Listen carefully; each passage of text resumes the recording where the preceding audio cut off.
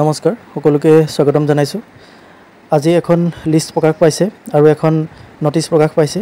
এই লিষ্ট আৰু নটিচখনে আমাৰ বিভিন্নজনক অলপ চিন্তাত পেলাব পাৰে আৰু চিন্তাটো হৈছে যে 10 অক্টোবৰত এপইণ্টমেণ্ট লেটাৰ সঁচাকৈ দিবগৈ নে নিদিয়ে। আৰু নটিচখন হৈছে SLRCৰ ৱেবছাইটত ইতিমধ্যে উপলব্ধ হৈছে। নটিচখন ADRE গ্ৰেড 4 কিছুমান কেণ্ডিডেটৰ বাবে দিয়া হৈছে। তেওঁলোকক 3 অক্টোবৰৰ পৰা 5 অক্টোবৰলৈকে ৰিভেৰিফিকেশ্যন বুলি আচলতে তেওঁলোকে দিয়া নাই, তেওঁলোকে হিয়াৰিং বুলি দিছে। মানে তেওঁলোকক মাতিছে কিছুমান নথিপত্ৰ সম্পৰ্কীয় বিভিন্ন তেওঁলোকৰ খেলিমেলি থকাৰ বাবে তেওঁলোকক হিয়াৰিং দিবৰ বাবে মাতিছে। আচলতে এইটো ৰিভেৰিফিকেশ্যন বুলি তেওঁলোকে উল্লেখ কৰা নাই, কাৰণ অলপ কেণ্ডিডেটৰ ৰিভেৰিফিকেশ্যন অলপ দিনৰ আগতে হৈ গৈছে।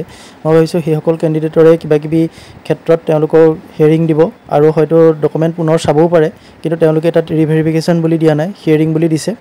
আৰু এইটো 3 দিন হ'ব, 3 অক্টোবৰৰ পৰা 5 অক্টোবৰলৈকে।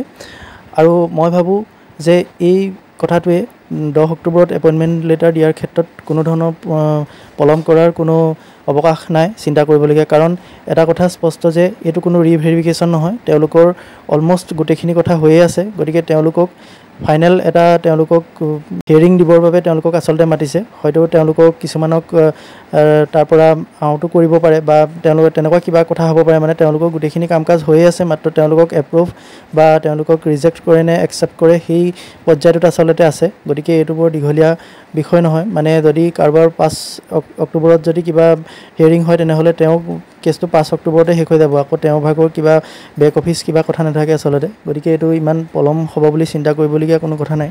আৰু এটা কথা, এনেকুৱা অফিচিয়েল কাম কাজবোৰ সাধাৰণতে দেওবাৰে দিয়া দেখা নাযায়, যিহেতু 5 অক্টোবৰটো দেওবাৰ।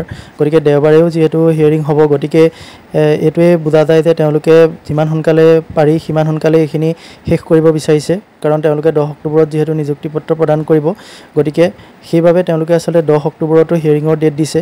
আৰু এইটো আৰু আগতে দিলেহেঁতেন, যিহেতু পূজাৰ বন্ধ পৰি গৈছে 4 দিন। গতিকে তেওঁলোকে পূজাৰ বন্ধ খোলাৰ ঠিক পিছতেই 2 তাৰিখলৈকে পূজা বন্ধ আছে। 3 অক্টোবৰৰ পৰা তেওঁলোকে সেইকাৰণে হিয়াৰিং দিছে আৰু 3 দিনত তেওঁলোকে এইখিনি সমাপ্ত কৰিব। আৰু এইটো কথা আমাৰ মনলৈ কিয় আহিব পাৰে, কাৰণ মই ভিডিঅ'টো এইকাৰণে বনাইছোঁ, কাৰণ ADRE, আছাম পুলিচ আৰু অন্যান্য যিখিনি আছিলে স্বাস্থ্য বিভাগৰ, এই সকলোখিনি যিহেতু একেলগে দিম বুলি কৈছে। গতিকে এটা বিভাগৰ যদি আকৌ ৰিভেৰিফিকেশ্যন বা হিয়াৰিং ইমান দি দিয়ে বা সম্পূৰ্ণ নহয়গৈ, তেনেহ'লে আমাৰ মনলৈ প্ৰশ্ন আহিব পাৰে যে আমাৰো 10 অক্টোবৰত নিযুক্তি নহ'বগৈ নি। গতিকে এইটো কোনো চিন্তা কৰিবলগীয়া কথা নহয়। এইখিনি 5 অক্টোবৰৰ পিছতে তেওঁলোকৰ গোটেইখিনি হৈ যাব। আৰু যিহেতু মুখ্যমন্ত্ৰী ডাঙৰীয়াই এটা বাইটত কৈছিলে যে ফাইনেল মেৰিট লিষ্ট, অৰ্থাৎ সকলো বিভাগৰে লিষ্টসমূহ মানে ৰিজাল্টসমূহ তেওঁলোকে এপইণ্টমেণ্ট লেটাৰ দিয়াৰ ঠিক এদিন বা দুদিনৰ আগত তেওঁলোকে মুকলি কৰিব বুলি কৈছিলে। নহ'লে আকৌ কিছুমান হাইকোৰ্ট পাবগৈ বুলি এনেকৈ তেওঁ অলপ ধেমেলীয়া সুৰত কথাটো কৈছিলে, আপোনালোকে চাগে শুনিছে। গতিকে এইটো চিন্তা কৰিবলগীয়া কোনো কথা নাই।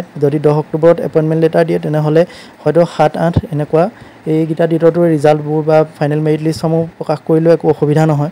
আৰু এটা কথা ক'ব বিচাৰিছোঁ, আচলতে অনুৰোধ কৰিব বিচাৰিছোঁ, এই ভিডিঅ'টো যদি যিসকল ভিউৱাৰ্ছে চাই আছে, যিসকল কেণ্ডিডেটে চাই আছে, তেওঁলোকৰ মাজত যদি কোনোবা গুৱাহাটী খানাপাৰাৰ আশে পাশে যদি কোনোবা শিক্ষাৰ্থী আছে বা ব্যক্তি আছে, তেনেহ'লে আপোনালোকে এবাৰ খানাপাৰাৰ ভেটেনেৰী আমাৰ যিখন খেলপথাৰ আছে, ভেটেনেৰী হস্পিটেলৰ যিখন খেলপথাৰ, তাত এবাৰ চাবচোন। তাত তেওঁলোকে যিহেতু মিটিং পাতিব, গতিকে এতিয়াৰ পৰাই যা যোগাৰ কৰিব হৈছে।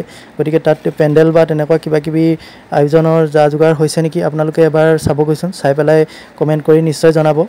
আৰু আজি PGTৰ বিশেষকৈ কেছটোৰ হিয়াৰিঙো আছিলে। গতিকে সেইখিনি মই চাম অলপ পাছতে। যদি কিবা তথ্য পাওঁ তেনেহ'লে ভিডিঅ' প্ৰস্তুত কৰি আপোনালোকলৈ দিম। আজিৰ ভিডিঅ'টো ইমানেই। ধন্যবাদ।